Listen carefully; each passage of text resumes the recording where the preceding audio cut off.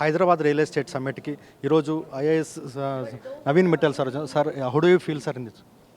ఆ, చాలా బాగా ఏర్పాటు చేశారు. ఇది చాలా పెద్ద ఎత్తున ఆల్మోస్ట్ 1000 మెంబర్స్ దాంట్లో పార్టిసిపేట్ చేస్తున్నారు. ఒక హైదరాబాద్ రియల్ ఎస్టేట్ గురించి అన్ని విషయాలు ఈ ఒక సమ్మిట్లో డిస్కస్ చేయడం జరుగుతుంది.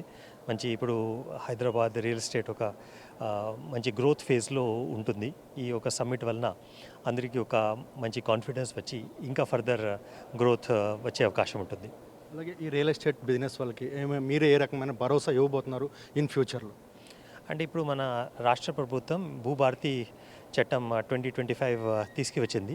ముఖ్యంగా రియల్ ఎస్టేట్ అంటే ల్యాండ్ రికార్డ్ మేనేజ్మెంట్ సిస్టంలో ఉన్న ఇష్యూస్ ఈ భూభారతి చట్టం ద్వారా సాల్వ్ చేసే మెకానిజం ఒక అవకాశం ఉంటుంది. అదేవిధంగా డిజిటల్ ప్లాట్ఫామ్ కూడా చాలా వరకు ఇంప్రూవ్మెంట్ చేయటం జరుగుతుంది.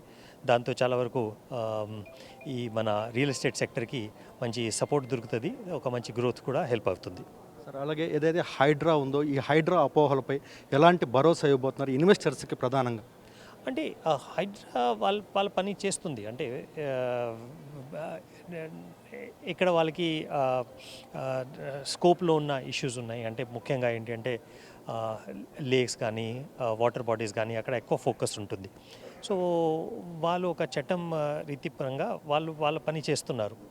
ఎవరైనాకి ఏదైనా ఇబ్బంది ఉంటే ఆటోమేటిక్గా దానికి ఫోరమ్స్ కూడా ఉన్నాయి. మనకు మున్సిపల్ అడ్మినిస్ట్రేషన్ డిపార్ట్మెంట్ ఉంది, రెవెన్యూ డిపార్ట్మెంట్ ఉంది, లీగల్ సైడ్ కూడా ఉంటుంది.